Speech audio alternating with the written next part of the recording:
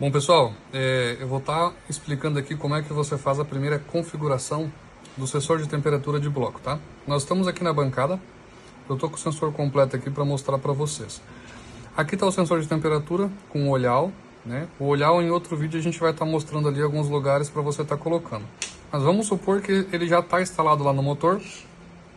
O sensor ele tem 2 fios, vocês vão fazer a emenda aqui nos 2 fios pretos, tá? Nós temos aqui o aterramento e aqui seria o poste-chave. Assim que você liga, ele já começa a marcar a temperatura, tá? A primeira coisa a fazer quando você ligar o sensor é configurar a temperatura em que você quer que dispare a sirene. Vamos lá.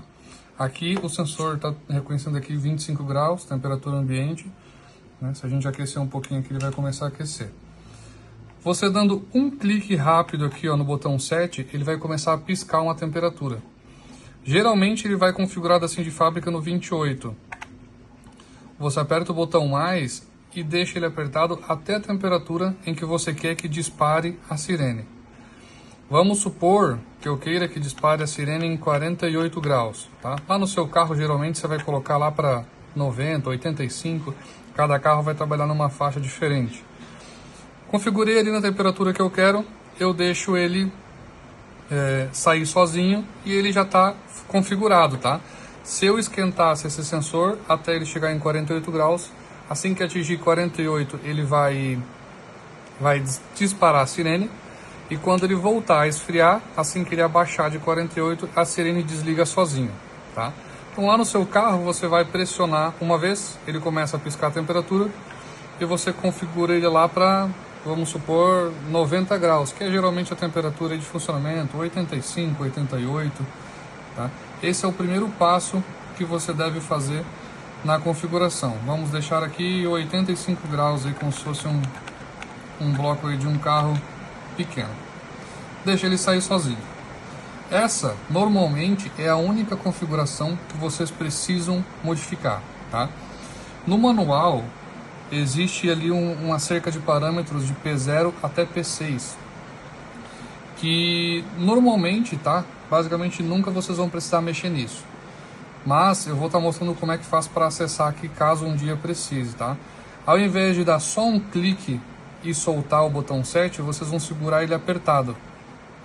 Tá? Segura ele pressionado até aparecer P0.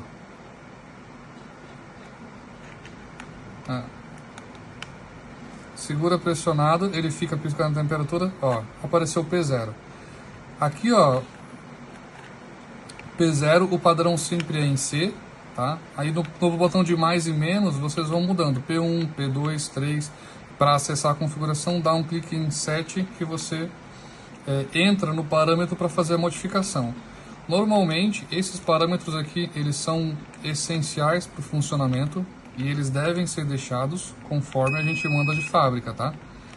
Então, esses parâmetros a gente não recomenda alterar.